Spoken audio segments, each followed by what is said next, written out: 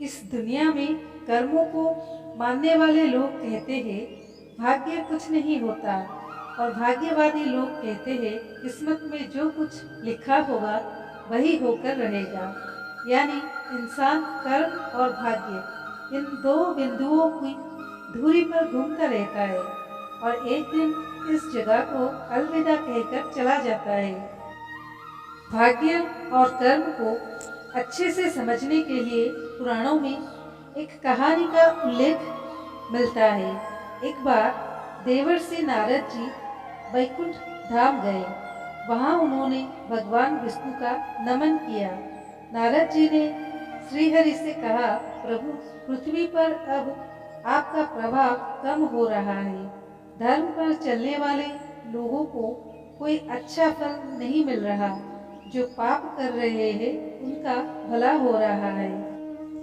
तब श्री हरि ने कहा, ऐसा नहीं है देवर्षि, जो भी हो रहा है सब नियति के जरिए हो रहा है।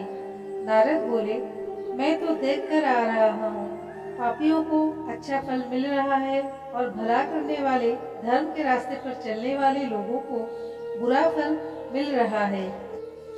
भगवान ने कहा, कोई ऐसी घटना बताओ।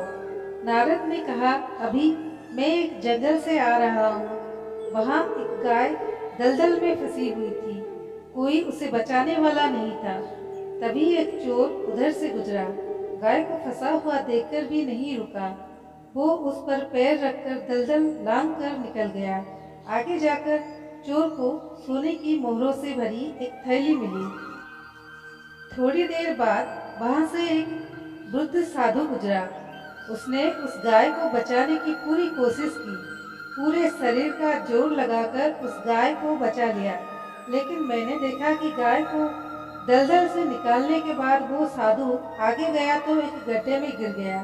प्रभु, बताइए ये कौन सा न्याय है? नारद जी की बात सुन लेने के बाद प्रभु बोले, ये सही ही हुआ। जो चोर गाय पर पैर रखकर भाग गया था, उसकी किस्मत में तो एक खजाना था, लेकिन उसके इस पाप के कारण उसे केवल कुछ मोहरें ही मिली। वहीं उस साधु को गड्ढे में इसलिए गिरना पड़ा क्योंकि उसके भाग्य में मृत्यु लिखी थी, लेकिन गाय को बचाने के कारण उसकी पुण्य बढ़ गए और उसकी मृत्यु एक छोटी सी चोट में बदल गई। इंसान के कर्म से उसका भाग्य तय होता है।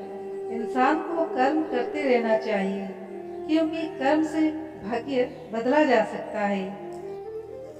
तो दोस्तों, कैसी लगी हमारी आज की कहानी कमेंट के माध्यम से बताइए। अच्छी लगी हो तो अपने दोस्तों के साथ जरूर शेयर कीजिए। धन्यवाद।